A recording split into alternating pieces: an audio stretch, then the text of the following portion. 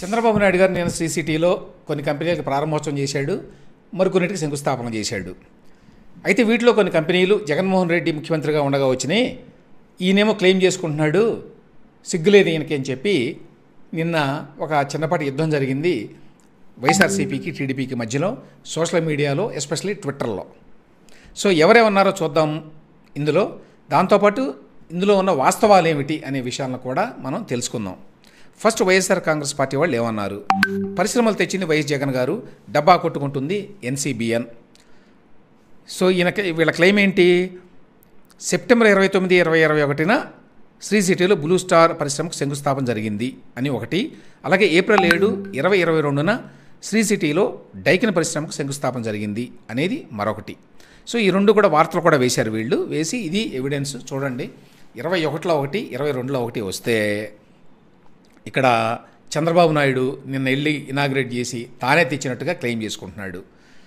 First point, ఒక ప్రభుత్వంలో వాటి కొంత గ్రౌండ్ వర్క్ జరిగి ఉండొచ్చు, ఇంకో ప్రభుత్వంలో అవి యాక్చువల్గా స్టార్ట్ అవ్వచ్చు ఆపరేషన్స్. ఇది సాధారణంగా జరిగేది, పెద్ద విశేషమేమీ కాదు. ఇప్పుడు ఒకవేళ నిజంగానే జగన్మోహన్ రెడ్డి కాలంలో ఇవి వచ్చినాయి అనుకుందాం, ఇప్పుడు చంద్రబాబు నాయుడు ప్రారంభోత్సవాలు చేశాడు అనుకుందాం, అందులో తప్పేమీ లేదు. ఫస్ట్ పాయింట్, ఎందుకంటే జగన్మోహన్ రెడ్డి ఆల్రెడీ అయిపోయిన కియా ప్లాంట్కి ఒకసారి కాదు 2 సార్లు చేశాడు. రోజా అండ్ కంపెనీ వెళ్ళి ఒకసారి చేశారు. కాబట్టి అటువంటివి జరుగుతాయి. నెంబర్ 1. నెంబర్ 2, అసలు వాస్తవం ఏంటి అనేది ముందు చూద్దాం. ఇక్కడ ఎవిడెన్స్ కూడా ఉన్నది దీనికి. Daikin CEO couldn't be here because of Raksha Bandhan. Mr. Java has met you several times in 2016-17 period when చూసారా, డైకిన్ కంపెనీకి చెందినటువంటి ఆయన 2016-17లోనే మిమ్మల్ని కలిశారు అని చెప్పి స్పష్టంగా నిన్న మాట్లాడిన మాటల్లో డైకిన్ కంపెనీ ప్రతినిధి చెప్తున్నాడు. We are trying for Daikin to come to Andhra Pradesh, but they finally came 2 years. Mr. Java has met you several times in 2016-17 period when we are trying for Daikin to come to Andhra Pradesh. Mr. Java has met you several times in 2016-17 period when we companies రావాలన్నారు. దాంట్లో Daikin, being the number 1 air conditioning company in the world, has come to India in a big way, and that too in Sri City. We are investing a lot of money in Sri City. We have built up almost 75-acre land. We have taken another 33 acres, and you are working for another 200-acre land to build up huge facilities to cater to the entire world. So that will be happening only under your vision, sir. You are a great man. You have seen the vision in 2017. Now in 2014 we are implementing. To 24 we are implementing it. Sir, ఈ Daikin ప్రతినిధి మాట్లాడుతున్నాడు. 2016-17లోనే వచ్చి మేము మాట్లాడాము, అప్పుడే మీరు encourage చేశారు, ఆ తర్వాత కంపెనీ వచ్చింది, మీరు గొప్పవాళ్ళని పొగుడుతారు అనుకోండి. ముఖ్యమంత్రి ఎవరన్నా, జగన్మోహన్ రెడ్డి ఉన్నా పొగుడుతారు, తప్పదు వాళ్ళకి. కానీ వాస్తవం ఏంటంటే 2016-17 ఇది జరిగింది అనేది ఒకటి. రెండవది, మీకు మరికొన్ని నేను ఎగ్జాంపుల్స్ చూపిస్తాను, మీరు చూడొచ్చు. ఇక్కడ blue star company for example. Blue star company యాక్చువల్గా శ్రీ సిటీలో 2021లో ప్లాంట్ స్టార్ట్ అయింది. కానీ మీరు ఇక్కడ కనుక చూస్తే ఏప్రిల్ 6, 2018లో వార్త ఇది భువనేశ్వర్ నుంచి వచ్చింది. Air conditioner manufacturer Blue Star will start commercial production from its plant at Sri City, Andhra Pradesh by the end of 2021. So 2018లో ఏం చెప్తున్నారు, కంపెనీ ఇక్కడ ఆల్రెడీ నిర్మాణం ప్రారంభమైంది, 2021 ఎండ్కి ఆపరేషన్ స్టార్ట్ అవుతాయి, installed capacity of 5 lakh units per annum అని చక్కగా వార్త ఉంది. సో 2018లో వచ్చింది Blue Star. Even though its operation started in 2021. కాబట్టి 2021లో స్టార్ట్ అయింది అని చెప్పడం కరెక్టే, కానీ దానికి ముందు ఒప్పందాలు జరిగింది, ఎంఓయూలు ఎంటర్ అయింది, ఇవన్నీ కూడా 2018లోనే. వేరే కంపెనీలు కూడా ఉన్నాయి యాక్చువల్గా, అంటే ఇదేమో నియో లింక్ అనే కంపెనీ. అలాగే ఇది చూడండి, ఈ వార్త జనవరి 28, 2017. ఇది ఎక్కడది? సిఏ పార్ట్నర్షిప్ సమ్మిట్ జరిగింది వైజాగ్లో. అప్పుడు 13 companies sign MoUs for investing over 600 crores in Sri City అని ఒక వార్త ఉంది. ఈ వార్తలో మీరు చూడవచ్చు కింద బ్లూ స్టార్ ప్రతినిధులు కూడా ఇందులో ఉన్నారు, వాళ్ళు కూడా ఎంఓయూ సైన్ చేశారు. ఇదొక పాయింట్. తర్వాత నిడిక్ అనే కంపెనీ, నిన్న ఆయన ప్రారంభోత్సవాలు చేసిన కంపెనీలు ఇదొకటి కదా. ఈ నిడిక్ అనే కంపెనీ కూడా ఎప్పుడో వచ్చింది, ఇది 2018లోనే. అలాగే జూన్ 30, 2015 నాటి వార్త ఇది. All roads lead to Sri City. ఇక్కడ ఒక పాయింట్, శ్రీ సిటీ వచ్చింది వైఎస్ జగన్మోహన్ రెడ్డి గారు ముఖ్యమంత్రిగా ఉండగా. That is also a fact. అయితే దాన్ని ఎంకరేజ్ చేసింది, అది ఇంత ఎదగడానికి దోహదం చేసింది. ఈవెన్ కిరణ్ కుమార్ రెడ్డి ప్రభుత్వంలో కూడా జరిగింది మంచి వర్క్. చంద్రబాబు నాయుడు గారు కూడా చాలా చేశారు. అది ఇక్కడ గమనించాల్సిన విషయం. సో ఈ సిద్ధార్థ లాజిస్టిక్స్ అని ఇట్లాంటి కంపెనీలు అన్నీ కూడా ఆ టైంలో ఇవన్నీ వచ్చిన కంపెనీలు. అది ఇక్కడ పాయింట్. అది ఇవన్నీ కూడా అంతకుముందే వచ్చినాయి.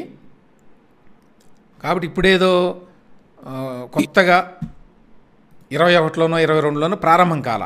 అయితే ఇక్కడ కీలకమైన పాయింట్ ఒకటి ఉందండి చెప్పాల్సింది. అదేమిటంటే కొన్ని పరిశ్రమలు ఏదో ఒక ప్రభుత్వంలో వస్తాయి. అందుకోసం ఆ ప్రభుత్వం కష్టపడి ఉండొచ్చు, కష్టపడి ఉండకపోవచ్చు.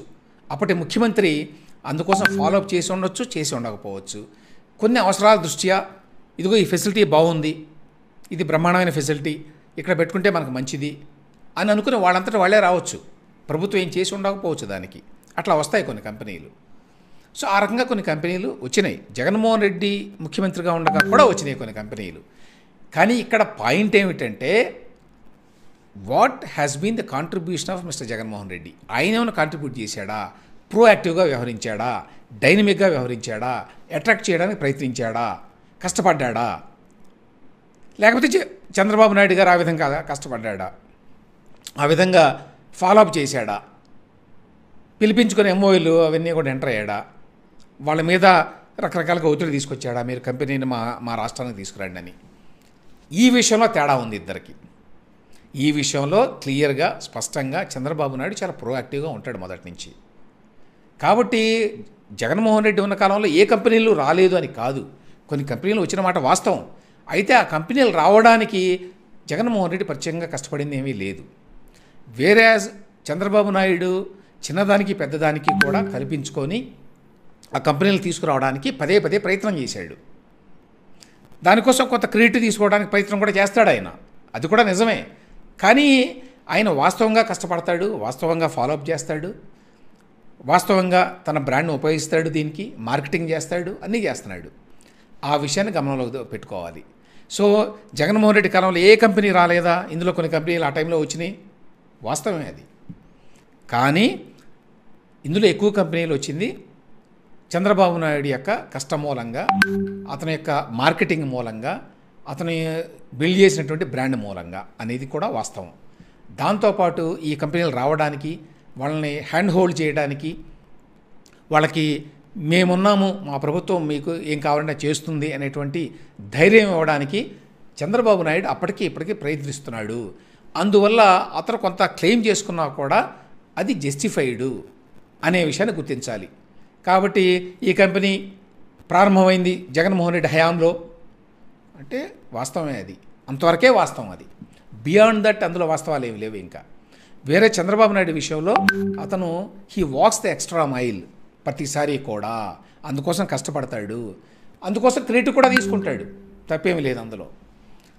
పోటాపోటీగా ఇది అన్ని ప్రభుత్వాలు అందరూ ముఖ్యమంత్రులు అట్లా చేస్తే రాష్ట్రానికే మంచిది.